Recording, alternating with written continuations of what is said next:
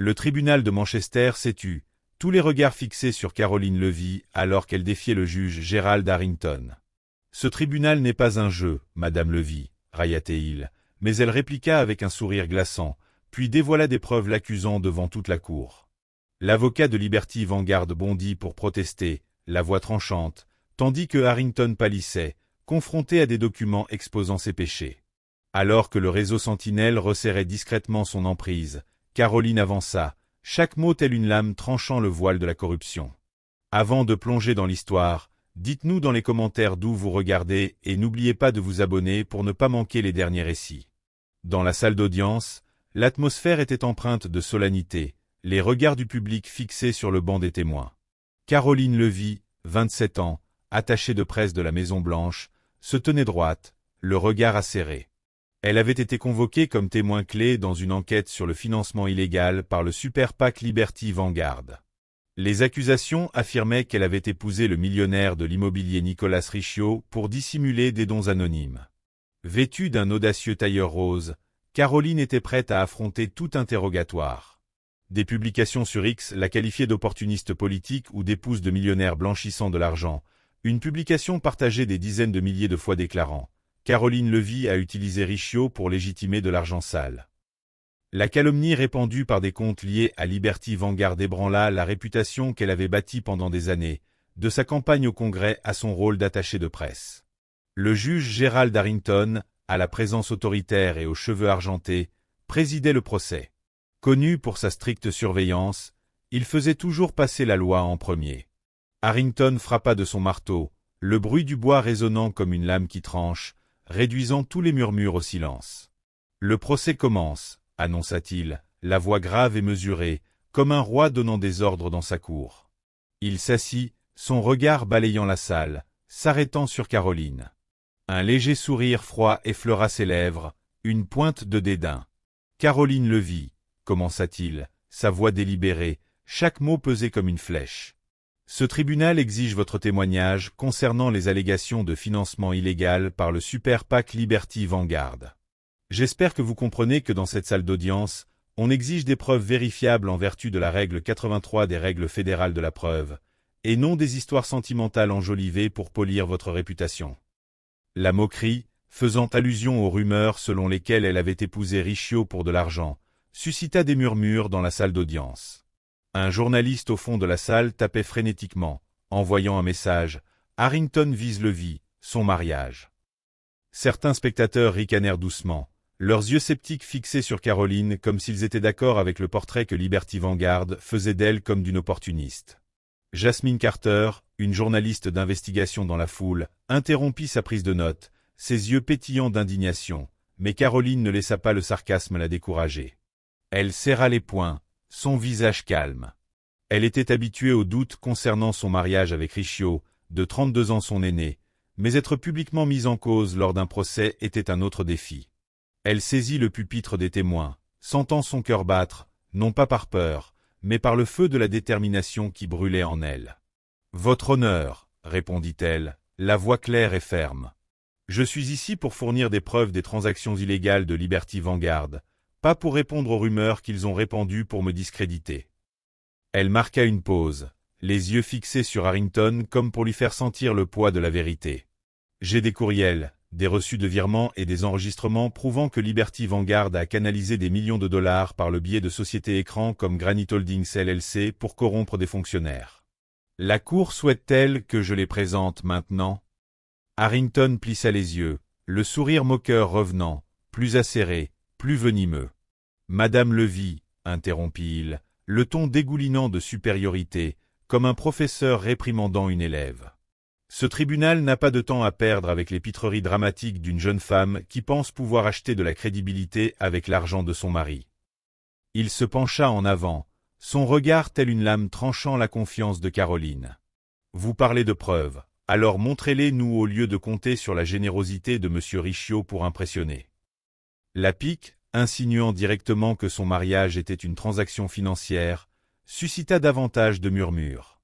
Un homme d'âge moyen secoua la tête, murmurant « Je vous l'avais dit, ce n'est qu'une femme trophée. » Caroline sentit la chaleur lui monter aux joues, mais elle garda son visage impassible. La rumeur répandue par Liberty Vanguard à travers des publications sur X s'accrochait à elle comme une tâche.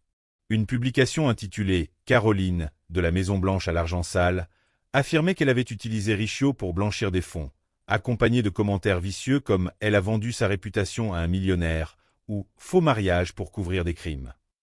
Elle les avait lus, chaque ligne comme un coup de couteau, mais s'était dit qu'il ne pouvait pas la définir. Ici, au tribunal, alors que Harrington utilisait les rumeurs pour l'humilier, elle réalisa qu'il ne voulait pas seulement l'embarrasser. Il voulait détruire sa crédibilité avant qu'elle ne puisse présenter ses preuves. « Votre honneur, » répondit Caroline, la voix ferme, chaque mot tel une balle. « Je n'ai besoin de l'argent de personne pour dire la vérité. Liberty Vanguard a répandu des rumeurs sur mon mariage pour couvrir leur réseau de corruption et j'ai des preuves pour prouver qu'ils ont tort. » Elle ouvrit le dossier sur le pupitre, ses doigts glissant sur des pages soigneusement organisées. J'ai un courriel d'un cadre de Liberty Vanguard confirmant un paiement de 500 000 $ pour classer une action en justice. J'ai des reçus de virement de Granite Holdings à un organisme de bienfaisance où une personne influente joue un rôle clé et j'ai un enregistrement d'une discussion sur une affaire de corruption. Je propose de les présenter comme pièces à conviction A, B et C. La Cour souhaite-t-elle que je diffuse l'enregistrement ici? L'air de la salle d'audience devint étouffant, comme si le témoignage de Caroline avait drainé l'oxygène.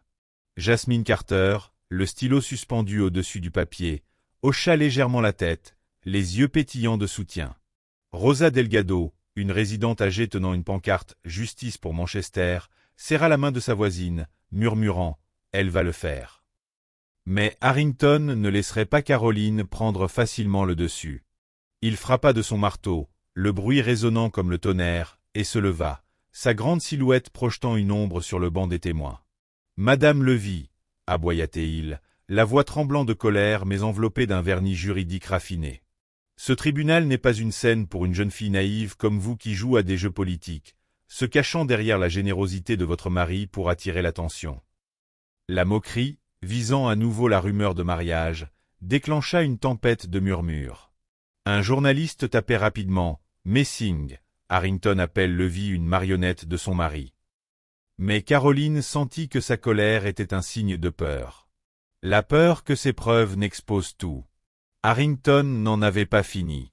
Il se rassit, mais ses yeux restèrent fixés sur Caroline comme un prédateur. « Je vous conseille, Madame Levy, » continua-t-il, la voix lente, mêlée d'une fausse inquiétude, « de vous concentrer sur les preuves si vous en avez, au lieu de mettre en scène un drame pour acheter une réputation avec la richesse de M. Riccio. Ce tribunal n'est pas l'endroit pour prouver la valeur de votre mariage. » Le sarcasme enveloppé de conseils provoqua de doux rires chez certains spectateurs, mais cela fit aussi serrer son stylo plus fort à Jasmine Carter, les yeux brûlants de rage. Caroline esquissa un léger sourire, non pas par amusement, mais parce qu'elle savait qu'elle l'avait coincé. « Votre honneur, » répondit-elle, la voix froide mais correcte, « je ne suis pas ici pour prouver un quelconque mariage. Liberty Vanguard pensait que me calomnier me réduirait au silence, mais il se trompe. » Elle leva un courriel imprimé pour que toute la salle le voie. « Ceci est la première pièce de preuve confirmant un pot de vin de Liberty Vanguard. Dois-je le lire à voix haute ?» Le visage de Harrington devint rouge, sa main tremblant légèrement alors qu'il serrait le banc. Il ouvrit la bouche, sur le point d'interrompre, mais le regard résolu de Caroline le fit hésiter. Il prit une profonde inspiration, essayant de retrouver son autorité. « Levy, » dit-il, la voix plus basse mais toujours tranchante comme une lame. « Je vous avertis, ce tribunal ne tolère pas les histoires d'amour et d'argent bon marché, peu importe le prix auquel elles sont achetées. Si vous n'avez rien de plus que des accusations et le soutien de M. Riccio, vous faites perdre son temps à tout le monde. » La dernière pique, encore une fois à son mariage, divisa le public. Certains secouèrent la tête, croyant que Caroline n'était qu'une jeune chercheuse d'attention, mais d'autres, en particulier les habitants de Manchester qui avaient perdu leur maison à cause des projets de Liberty Vanguard, la regardèrent avec espoir. Caroline ne laissa pas le sarcasme de Harrington l'ébranler. Elle savait qu'il utilisait les rumeurs semées par Liberty Vanguard à travers des milliers de publications sur X pour la distraire, mais elle était préparée. Elle avait affronté des commentaires vicieux, des regards sceptiques et s'était dit que la vérité était son arme la plus puissante. Posant sa main sur le dossier, Sa voix résonna, puissante et indéniable. Votre honneur, la vérité n'a pas besoin d'être achetée. Je demande à la Cour de diffuser l'enregistrement maintenant, ou je procéderai avec les transactions de Granite Holdings. Le choix vous appartient. Harrington serra son marteau, les yeux pétillants de panique. La Cour doit examiner les preuves. Caroline Levy sortit du palais de justice de Manchester, les yeux toujours perçants mais le cœur lourd. L'air extérieur était étouffant, les journalistes grouillant comme des vautours, les appareils photo clignotant sans relâche. Madame Levy, est-il vrai que votre mariage avec Riccio est une façade pour blanchir de l'argent pour Liberty Vanguard? Cria l'un d'eux. Caroline s'arrêta, prit une profonde inspiration et répondit froidement. Je suis ici pour dire la vérité. Ceux qui me calomnient devront bientôt faire face aux preuves. Elle se fraya un chemin à travers la foule, sentant les yeux scrutateurs de tous les côtés. Sur X, les accusations à son sujet se répandaient comme une traînée de poudre. Des publications la qualifiaient d'opportuniste politique, d'épouse de millionnaires dissimulant de l'argent sale. Une publication partagée des milliers de fois déclarait que Caroline Levy utilisait Nicolas Riccio pour légitimer l'argent sale de Liberty Vanguard. La réputation qu'elle avait bâtie pendant des années, de sa campagne à la Chambre à son poste d'attachée de presse de la Maison-Blanche, était menacée. Mais Caroline n'était pas étrangère au sale jeu politique. Elle savait que la calomnie ne la visait pas seulement. Elle était destinée à dissimuler quelque chose de plus grand, quelque chose lié au juge Gerald Harrington lui-même. De retour à son bureau du centre-ville de Manchester, Caroline trouva une enveloppe non marquée glissée sous la porte. À l'intérieur se trouvait une pile de documents, des relevés de virements de Liberty Vanguard à des sociétés d'écran avec une note manuscrite. Harrington sait tout. Soyez prudente. Son cœur se mit à battre la chamade. Elle appela immédiatement Nicolas Riccio, qui était à Boston pour s'occuper d'affaires immobilières. « Nick, j'ai besoin que tu examines ces documents, » dit-elle au téléphone, la voix urgente. « Liberty Vanguard t'a approché, n'est-ce pas ?» Nicolas resta silencieux un instant, puis soupira. « Ils ont proposé des projets immobiliers dans le New Hampshire, mais j'ai refusé. Quelque chose ne tournait pas rond. Trop d'argent. Pas de source claire. » Il hésita. « Caroline, si tu creuses plus profondément, ça va être dangereux. Ces gens ne jouent pas. » Elle esquissa un léger sourire, bien qu'il ne puisse pas le voir. « Je ne vais pas m'arrêter, Nick. Pas maintenant. » Caroline savait qu'elle avait besoin d'un allié en dehors de son cercle de sécurité. Elle contacta Jasmine Carter, une journaliste d'investigation connue pour avoir dénoncé la corruption politique. Jasmine avait été humiliée par Harrington lors d'un procès 2 ans plus tôt, lorsqu'il avait rejeté son enquête sur le financement illégal comme manquant de fondement juridique. Se rencontrant dans un petit café, Jasmine regarda Caroline avec un mélange de scepticisme et de curiosité. « Tu penses pouvoir t'en prendre à Harrington ?» demanda-t-elle, la voix sèche. « Ce n'est pas qu'un juge. Il fait partie d'une plus grande machine. » Caroline fit glisser les documents sur la table.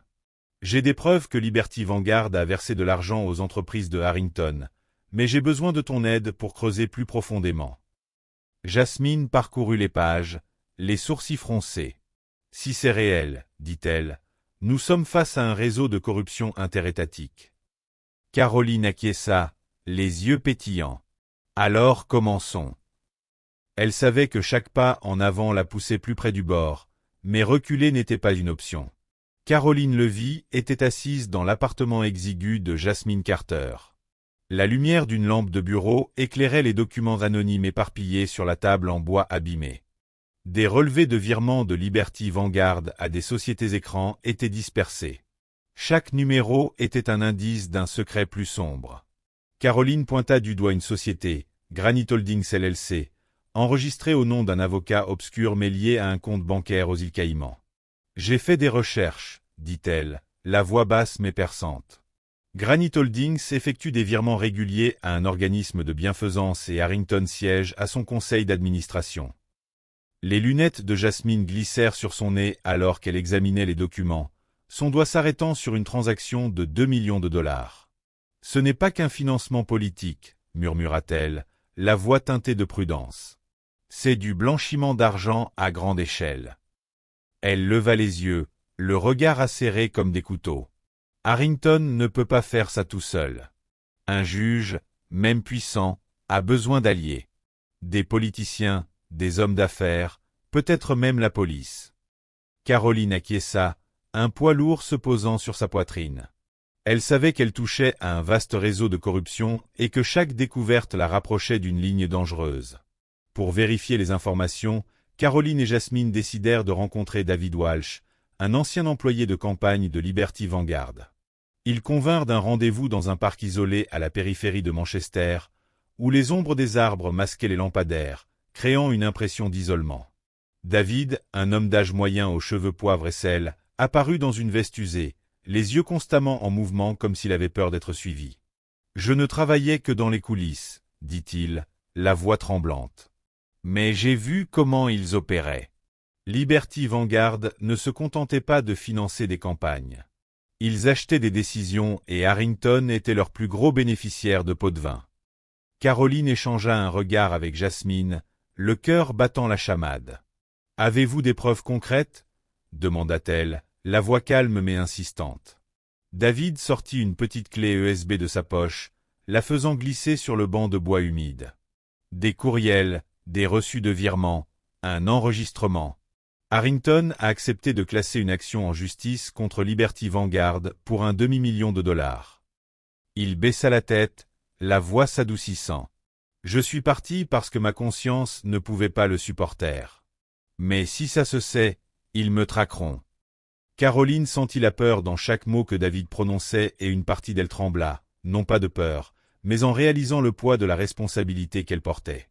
Jasmine prit la clé USB, les yeux pétillants d'un mélange de détermination et d'inquiétude. « Nous vous protégerons, » dit-elle, bien qu'ils savaient tous les trois que la promesse était aussi fragile que la brume.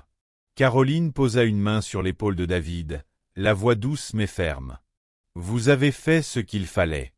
Nous ferons en sorte que la vérité éclate. » Mais au fond d'elle, elle savait que protéger David exigerait plus que des mots. Peut-être même des vies. De retour à l'appartement, Jasmine brancha la clé USB sur son ordinateur portable, l'écran affichant une série de courriels entre Harrington et un cadre de Liberty Vanguard. Un courriel indiquait explicitement « La décision du procès sera traitée. Assurez-vous que le paiement est effectué à temps. » Un court enregistrement fut diffusé. La voix de Harrington, froide, « Je veux 1 million. » Pas de négociation. Caroline serra les poings. La colère monta. Harrington ne se contentait pas de se moquer d'elle au tribunal. C'était un manipulateur de la justice, transformant la salle d'audience en un outil à des fins personnelles. « Nous devons découvrir qui est derrière Liberty Vanguard, » dit-elle, se tournant vers Jasmine. Harrington est une marionnette, mais qui tire les ficelles? Jasmine acquiesça, mais ses yeux trahirent une profonde inquiétude. Caroline, si nous continuons, il n'y a pas de retour en arrière. Ils feront tout pour nous réduire au silence, David et moi. Caroline esquissa un léger sourire, les yeux brûlants comme une flamme inextinguible. Ils ont choisi la mauvaise personne à réduire au silence. Caroline Levy quitta l'appartement de Jasmine Carter tard dans la nuit, les réverbères de Manchester clignotant faiblement. Son esprit était bouleversé par leur découverte. Des courriels, des enregistrements et le témoignage de David Walsh pointaient tous directement vers le juge Gerald Harrington comme étant au centre du réseau de corruption de Liberty Vanguard. Elle serra la clé USB dans la poche de son manteau, se sentant comme si elle portait une bombe non explosée. Le vent froid soufflait, mais il n'était pas aussi glaçant que le sentiment croissant que quelqu'un l'observait. Alors que Caroline ouvrait son téléphone pour appeler un taxi, une notification de courriel apparut d'une adresse anonyme. « Arrête de creuser, Levy.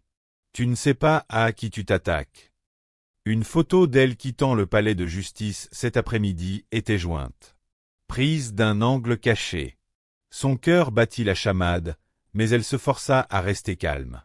Ce n'était pas une menace aléatoire. L'expéditeur savait exactement ce qu'elle faisait. Elle fit une capture d'écran du courriel et l'envoya à Jasmine avec une brève note. « Nous sommes surveillés. Sois prudente. » Juste au moment où elle atteignit le coin de la rue, Caroline remarqua une silhouette se tenant sous l'ombre d'un arbre, à quelques mètres de là.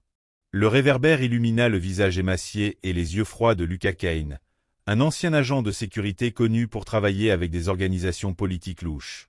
Elle avait entendu parler de lui par Nicholas, un homme qui nettoyait pour les puissants. « Levy, dit Kane, la voix basse et menaçante. Harrington vous salue. Vous devriez abandonner cette affaire, à moins que vous ne vouliez que les choses se compliquent. » Caroline se tint droite, les yeux ne quittant jamais Kane. « Si Harrington pense qu'un courriel et quelques menaces me réduiront au silence, il se trompe, répondit-elle, la voix d'acier. Kane sourit, s'approchant, la main dans sa poche comme s'il était prêt à agir. « Vous êtes intelligente, mais pas assez sage. Ces documents, ils vous enterreront avant qu'ils ne touchent Harrington. » Il marqua une pause, les yeux pétillants d'amusement. « Ou peut-être que votre mari, Richiot, en paiera le prix en premier. » La mention de Nicholas fit bouillir le sang de Caroline. « Menacer ma famille est une grosse erreur, Kane, dit-elle, la voix basse mais tranchante comme une lame. » Elle recula, la main agrippant son téléphone, prête à composer le 911. Kane rit doucement mais n'avança pas. « Vous avez 48 heures pour vous retirer, » dit-il, puis se tourna et disparut dans l'obscurité. Caroline resta immobile, sa respiration lourde. Elle appela immédiatement Nicholas, lui racontant brièvement la rencontre avec Kane. « Je vais bien, mais tu dois vérifier la sécurité de la maison, » dit-elle, essayant de garder sa voix stable. Nicholas, sa voix grave d'inquiétude, répondit. « Je vais t'engager une protection pour toi tout de suite. »« Caroline, à qui t'attaques-tu » Elle soupira, les yeux scrutant la rue vide. « Un système plus grand que nous ne le pensions, mais je ne vais pas m'arrêter. » De retour à son appartement, Caroline vérifia à nouveau le courriel menaçant, notant qu'il avait été envoyé via un serveur crypté. Elle envoya un texto à Jasmine. « Kane est l'homme de Harrington. Nous devons protéger David et accélérer la publication des preuves. » Allongée dans son lit, elle ne pouvait pas dormir. Son esprit était rempli d'images de Kane et de sa voix glaçante. Mais au lieu de la peur, elle sentit un feu s'allumer. Harrington et Kane pensaient pouvoir lui faire peur pour qu'elle recule, mais ils ne comprenaient pas. Caroline Levy n'abandonnait jamais. Elle ferma les yeux, se disant « 48 heures. Ils verront qui est à court de temps. » Le lendemain, au tribunal, la tension était palpable, comme si tous les yeux étaient rivés sur Caroline Levy. Elle se tenait à la barre des témoins, les lumières fluorescentes mettant en évidence son visage résolu. Bien que la menace de Lucas Kane de la nuit précédente planait comme une lame à sa gorge. Après la confrontation glaçante, elle était plus déterminée à exposer la vérité sur Liberty Vanguard et le rôle du juge Gerald Harrington. La galerie était bondée. Les journalistes gribouillaient frénétiquement. Les caméras clignotaient à chaque mouvement qu'elle faisait. Sur X, les publications diffamatoires à son sujet se répandaient sans relâche. Caroline Levy, trophée politique ou blanchisseuse d'argent. Mais elle ne laissa pas la calomnie l'ébranler. Aujourd'hui, elle témoignerait et elle portait une arme tranchante, les documents de David Walsh. Le juge Harrington, avec sa présence imposante et ses cheveux argentés brillant sous les lumières, était assis sur le siège présidentiel. Son regard était glacial, balayant la salle comme pour étouffer toute rébellion. « Madame Levy, commença-t-il, la voix grave et mesurée. Ce tribunal exige votre témoignage concernant les allégations de financement illégal par Liberty Vanguard. Tous les arguments doivent être fondés sur des preuves vérifiables, et non sur des spéculations ou des émotions. » Ces mots, bien que formels, portaient un soupçon d'avertissement, comme pour lui rappeler son autorité suprême dans cette salle d'audience. Caroline prit une profonde inspiration, posant son dossier sur le pupitre, ses doigts effleurant légèrement les pages. « Votre honneur, » commença-t-elle, la voix claire et assurée. « J'ai des preuves montrant que Liberty Vanguard a canalisé des millions de dollars par le biais de sociétés écrans, y compris Granite Holdings LLC, pour financer illégalement des campagnes électorales. Ces transactions violant grossièrement la loi fédérale sur les campagnes électorales et impliquent la corruption de fonctionnaires. » Elle marqua une pause, les yeux fixés sur Harrington comme pour percer sa façade juridique. « Plus précisément, j'ai des courriels, des reçus de virements et des enregistrements prouvant des paiements à des personnes au sein du système judiciaire. » La salle d'audience éclata en murmures. Harrington serra son marteau, les yeux clignotant d'inquiétude bien que son visage restât neutre. « Madame Levy, interrompit-il, la voix ferme. Ce tribunal n'a pas encore vu de raison d'accepter de vagues insinuations. Conformément à l'article 52 de la loi fédérale sur les campagnes électorales, toutes les preuves doivent être authentifiées avant leur présentation. Vous faites perdre son temps à la Cour avec des arguments sans fondement. » Le sarcasme enveloppé de rhétorique juridique provoqua de doux rires chez certains spectateurs. « Si vous avez l'intention de vous fier à l'émotion plutôt qu'à la loi, poursuivit-il, la Cour vous conseille de reconsidérer votre position. » Caroline ne broncha pas. Elle sortit un courriel imprimé de son dossier, le tenant haut pour que toute la salle le voie.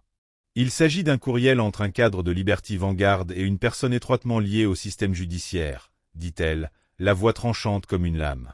Il confirme un paiement d'un $250 000 pour s'assurer qu'une action en justice soit classée. Je suis prête à soumettre l'original pour vérification par la Cour. » Elle évita délibérément de nommer Harrington, mais son regard indiqua clairement qu'il était la cible. Elle sentit son pouce accélérer, non pas de peur, mais de l'adrénaline de coincer Harrington. Le visage de Harrington devint rouge, sa main tremblant légèrement alors qu'il tenait le marteau. « La Cour examinera les documents après leur authentification par le greffier, dit-il, la voix tendue, manquant de son assurance habituelle. Mais Madame Levy, cet argument semble mieux convenir aux gros titres de tabloïd. Ce tribunal n'est pas une scène pour des effets de théâtre politique. » La moquerie provoqua davantage de chuchotements dans la salle d'audience, mais Caroline resta ferme, les yeux ne le quittant jamais. « Votre honneur, répondit-elle, la voix froide mais correcte. La vérité n'est pas du théâtre. J'ai d'autres preuves, y compris un enregistrement d'une discussion sur une affaire de corruption. La Cour souhaite-t-elle l'entendre maintenant ou a-t-elle besoin de plus de temps pour se préparer ?» L'air devint étouffant, comme si toute la salle retenait son souffle. Harrington frappa de son marteau, sa voix tonnant. « La Cour déclare une suspension d'audience. Tous les documents doivent être soumis au greffier avant de procéder. » Il quitta son siège, s'éloignant rapidement. Mais son regard vers Caroline était rempli de colère et d'inquiétude. Elle savait qu'elle avait touché un point sensible. Mais cette petite victoire comportait de plus grands risques. Dans le couloir, les journalistes l'entourèrent comme une marée. « Madame Levy, insinuez-vous que le juge Harrington a accepté des pots de vin ?» cria l'un d'eux. Caroline tourna son regard, inébranlable. « Je dis la vérité et la vérité parlera d'elle-même. » Mais alors qu'elle sortait du palais de justice, son téléphone vibra avec un texto de Jasmine. « Kane vient d'être aperçu près de chez David Walsh. Il sait que nous avons la clé USB. Nous devons agir vite. » Caroline serra le poing. Le sentiment de danger se refermait. Harrington ne se contentait pas de riposter avec des mots. Il lâchait son pion le plus dangereux. Elle répondit par texto, « Protège David. Je m'occupe de Harrington. » Caroline Levy était assise dans sa voiture, les lumières de Manchester défilant sur la vitre, mais son esprit était consumé par le texto de Jasmine Carter. Après la séance tendue au tribunal où elle avait coincé Harrington, Caroline savait qu'il tirait toutes les ficelles pour la réduire au silence, elle et tous ceux qui osaient le défier. Mais elle ne pouvait pas laisser David, le témoin clé, tomber entre les mains de Kane. Elle appela immédiatement Jasmine, la voix urgente mais contrôlée. « Avez-vous mis David en lieu sûr ?» Jasmine, à l'autre bout du fil, répondit avec un soupçon d'inquiétude. « Je l'ai emmené dans un motel à Concorde, mais Kane sait que nous avons la clé USB. Il n'agit pas seul. Quelqu'un le renseigne de notre équipe. » Caroline serra le volant, le regard résolu. « Gardez David anonyme. Je trouverai un moyen de le protéger. » Elle savait que si David était compromis, toute l'affaire pourrait s'effondrer. Caroline se rendit dans un petit bar à la périphérie où elle avait prévu de rencontrer Helen Brooks, une ancienne assistante de Liberty Vanguard. Helen, une femme dans la quarantaine aux yeux fatigués, avait contacté Jasmine après avoir lu une publication X au sujet de Caroline. Elle prétendait avoir des informations capitales. Dans un coin sombre du bar, Hélène fit glisser une pile de documents sur la table, la voix tremblant. J'ai travaillé pour Liberty Vanguard pendant 3 ans, dit-elle. J'ai vu comment ils corrompaient les fonctionnaires et Harrington était leur plus gros client. Ce sont des courriels internes, la preuve qu'il a pris 2 millions de dollars pour truquer 3 procès. Caroline parcourut les documents, le cœur battant la chamade. Un courriel indiquait explicitement « Harrington exige 500 000 dollars supplémentaires pour le procès du mois prochain. Assurez-vous que l'organisme de bienfaisance reçoit les fonds à temps. » Un autre document énumérait les politiciens locaux financés par Liberty Vanguard avec une note « Approuvée par Harrington ». C'était la pièce manquante, la preuve non seulement impliquant Harrington, mais exposant tout le réseau de corruption. « Pourquoi me donnez-vous cela ?» demanda Caroline, les yeux scrutateurs. Hélène baissa la tête, ses doigts s'enfonçant dans le bord de la table. « J'ai été licenciée pour avoir refusé de transférer de l'argent sale. Ils ont menacé ma famille, mais quand je vous ai vu affronter Harrington au tribunal, j'ai su que je ne pouvais pas rester silencieuse. » Elle leva les yeux pétillants de résolution. « Vous devez publier cela, mais soyez prudente. Liberty Vanguard a des yeux partout. » Caroline acquiesça, le poids de la responsabilité lourd. Hélène n'était pas seulement un témoin. Elle était une étincelle alimentant son combat, mais les risques avaient doublé. « Nous vous protégerons, » dit Caroline. Bien qu'elle savait que la promesse était difficile à tenir. « Mais j'ai besoin que vous témoigniez. Êtes-vous prête ?» Hélène hésita, puis acquiesça. « Si vous pouvez assurer la sécurité de mon fils, je témoignerai. » De retour à son appartement, Caroline envoya un texto à Jasmine. « Hélène Brooks a des preuves majeures. Nous devons mettre Hélène et David en sécurité. » Jasmine répondit instantanément. « Je suis en train d'organiser une maison sûre par l'intermédiaire d'un contact, mais Kane rôde toujours. Il pourrait être au courant pour Hélène. » Caroline serra son téléphone, la colère se mêlant à l'inquiétude. Harrington n'utilisait pas seulement Kane pour intimider. Il traquait tous ceux qui étaient liés à elle. Elle appela Nicolas Riccio, la voix calme mais urgente. « Nick, j'ai besoin que tu contactes l'équipe de sécurité.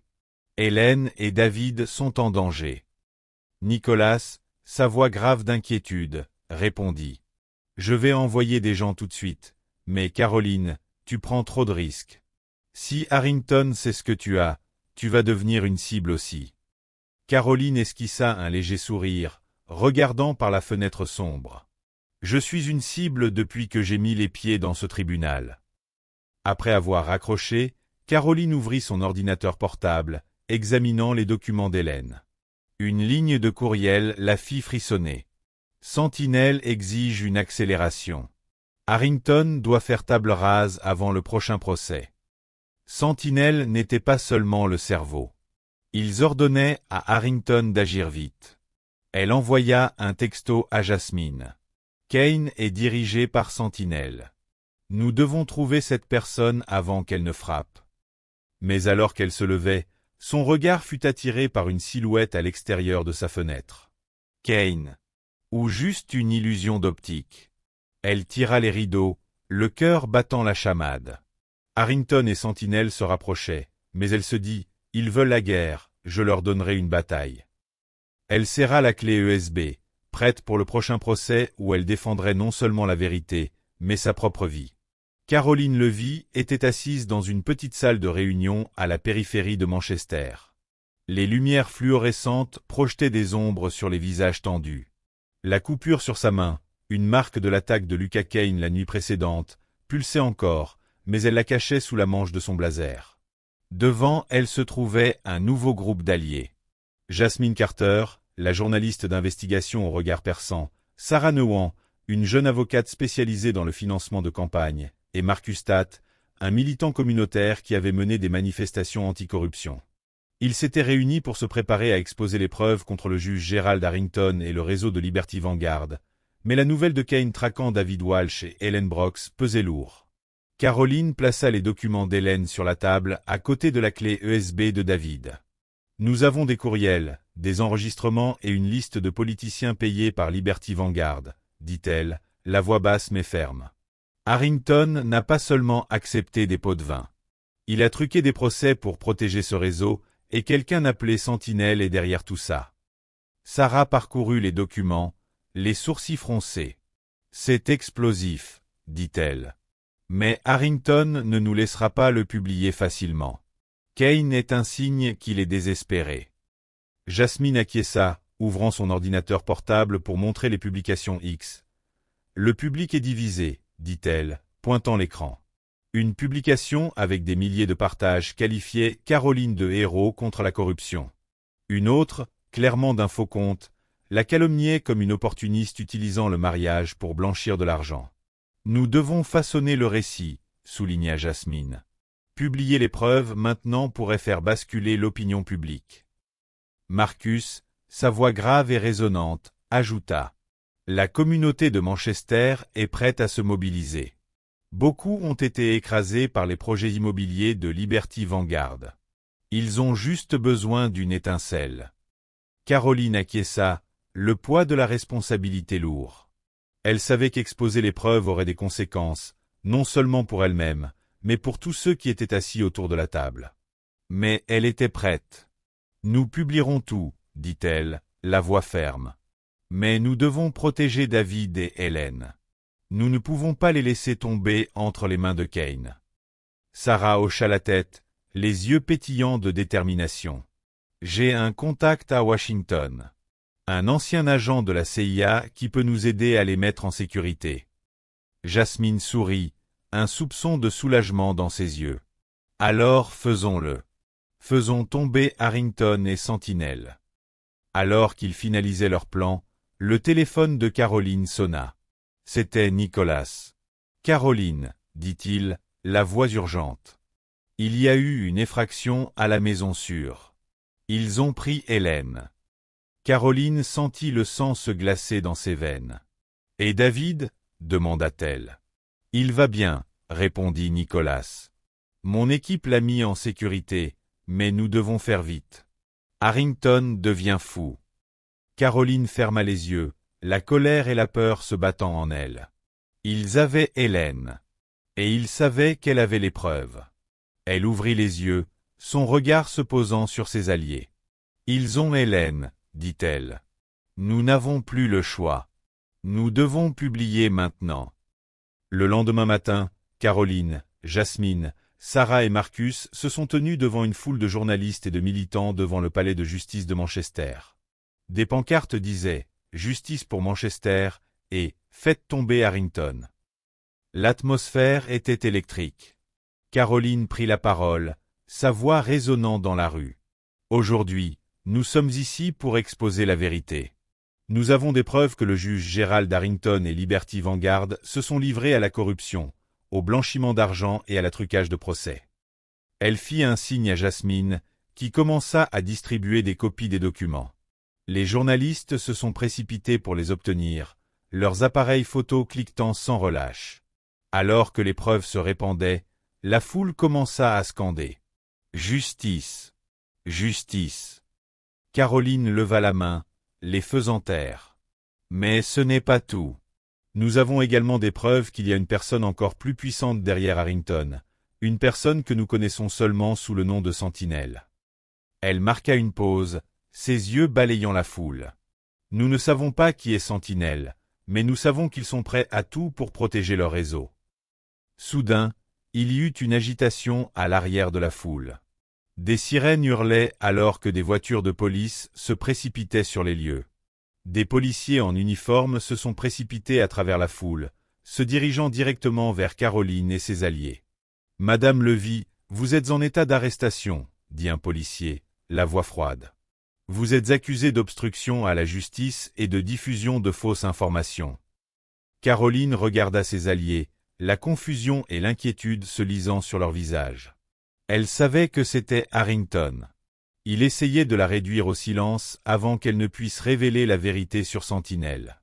Mais elle n'allait pas le laisser gagner. « Je n'ai rien fait de mal, » dit-elle, la voix ferme. « Je dis la vérité et la vérité finira par triompher. » Alors que les policiers l'emmenaient, elle jeta un dernier regard à la foule. Elle vit Marcus, les yeux remplis de rage, et Jasmine, qui prenait des photos de la scène. Elle savait qu'il continuerait à se battre. Elle savait qu'elle n'était pas seule. Caroline Levy était assise dans une cellule sombre et exiguë, les murs froids et humides l'entourant.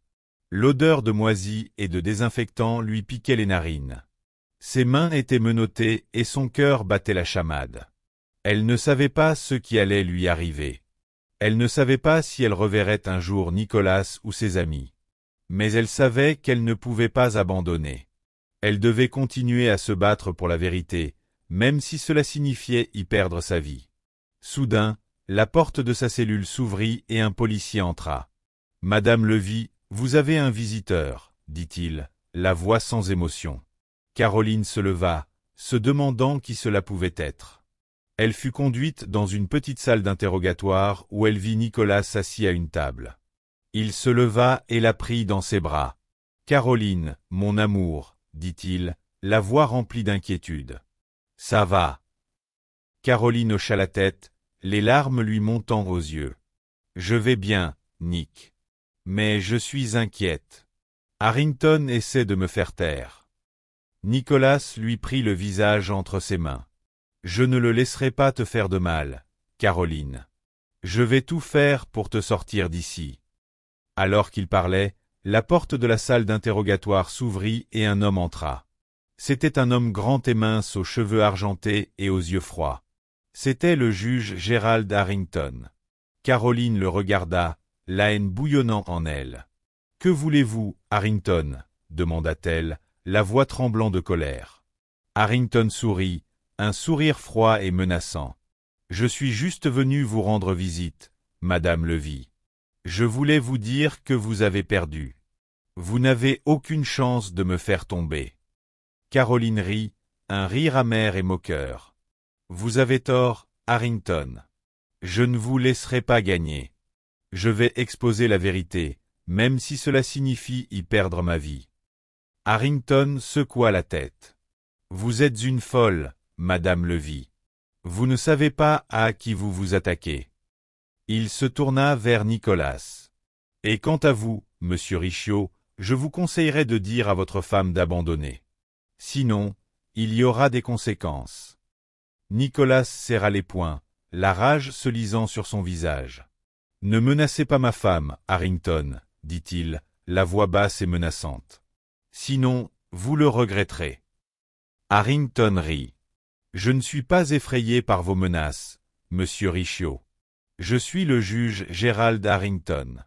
Je suis au-dessus de la loi. » Alors qu'il était sur le point de partir, Caroline l'arrêta. « Harrington, » dit-elle, la voix calme mais ferme. « Je sais qui est Sentinelle. » Harrington s'arrêta, se retournant lentement.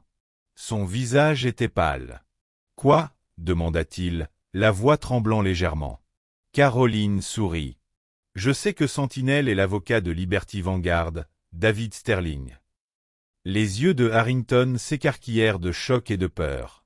Il savait que si la vérité sur Sentinelle était révélée, tout son réseau s'effondrerait. « Vous mentez, » dit-il, la voix tremblant. « Vous n'avez aucune preuve. » Caroline secoua la tête. « J'ai des preuves, Harrington. Et je vais les publier. » Harrington se jeta sur elle, essayant de l'étrangler. Nicolas intervint, repoussant Harrington avec force. Les gardes se sont précipités dans la salle, maîtrisant Harrington. « Vous êtes en état d'arrestation, » dit l'un d'eux. « Vous êtes accusé d'agression et de tentative d'obstruction à la justice. » Alors qu'ils emmenaient Harrington, il regarda Caroline, ses yeux remplis de haine et de peur. « Vous n'avez pas gagné, Madame Levy, » dit-il. « Ce n'est pas fini. » Caroline le regarda, son cœur rempli de détermination. « Si, Harrington, c'est fini, » dit-elle. « La vérité a triomphé. » Alors que Harrington était emmené, Nicolas prit Caroline dans ses bras. « Je suis si fier de toi, Caroline, » dit-il. « Tu es la femme la plus courageuse que je connaisse. » Caroline sourit. « Je n'ai rien fait de spécial, Nick. J'ai juste dit la vérité. » Mais au fond d'elle, elle savait qu'elle avait fait plus que cela. Elle avait défié le pouvoir, elle avait exposé la corruption, et elle avait inspiré une communauté à se battre pour la justice. Et elle savait que ce n'était que le début. La lutte pour la vérité et la justice ne faisait que commencer. Et elle était prête à la mener jusqu'au bout. Alors que Harrington était emmené, une vague d'émotions submergea Caroline. Le soulagement, la joie et l'épuisement se mêlèrent dans son cœur. Elle avait réussi. Elle avait exposé la corruption et fait tomber un homme puissant. Mais elle savait que la bataille était loin d'être gagnée. Le réseau Sentinelle était toujours là, et il y avait encore beaucoup de travail à faire pour reconstruire la confiance et restaurer la justice à Manchester. Nicholas la serra dans ses bras, la tenant fermement contre lui. « Nous l'avons fait, Caroline, » murmura-t-il, sa voix remplie d'émotion. « Nous l'avons vraiment fait. » Caroline hocha la tête, les larmes coulant sur ses joues. « Mais ce n'est pas fini, Nick, » dit-elle. « Il y a encore Sentinelle, et il y a encore beaucoup de gens qui ont été blessés par Liberty Vanguard.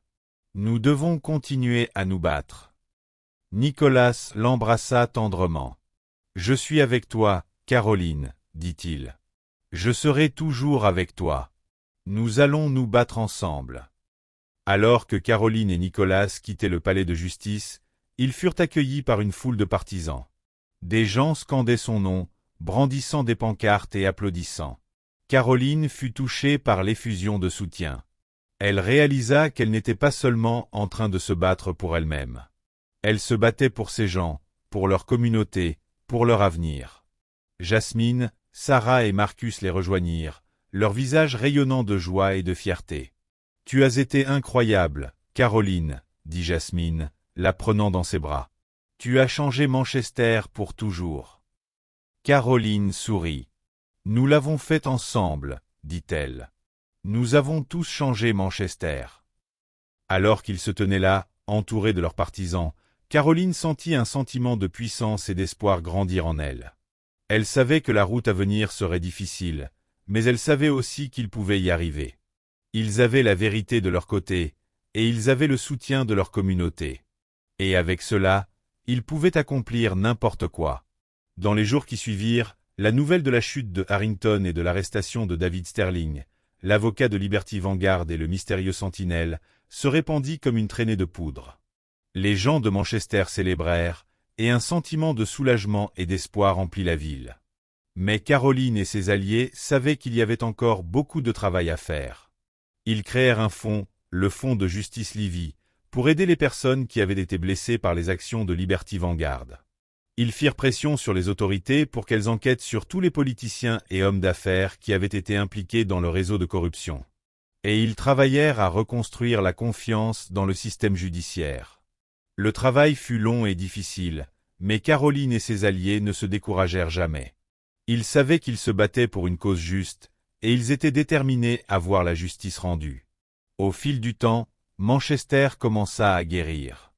Les gens recommencèrent à faire confiance à leurs institutions, et la ville commença à prospérer à nouveau. Caroline Levy devint un symbole d'espoir et d'inspiration, non seulement à Manchester, mais dans tout le pays. Elle prouva qu'une seule personne pouvait faire la différence, et que même face à une puissance immense, la vérité et la justice finiraient par triompher. Et ainsi, l'histoire de Caroline Levy devint une légende, un témoignage de la puissance de la courage, de la persévérance et de l'esprit humain. Une histoire qui serait racontée pendant des générations, inspirant les gens à se battre pour ce qui est juste, peu importe les obstacles auxquels ils sont confrontés. Parce que, comme Caroline l'avait appris, la lutte pour la vérité et la justice ne se termine jamais vraiment. Mais avec suffisamment de courage et de détermination, elle peut toujours être gagnée.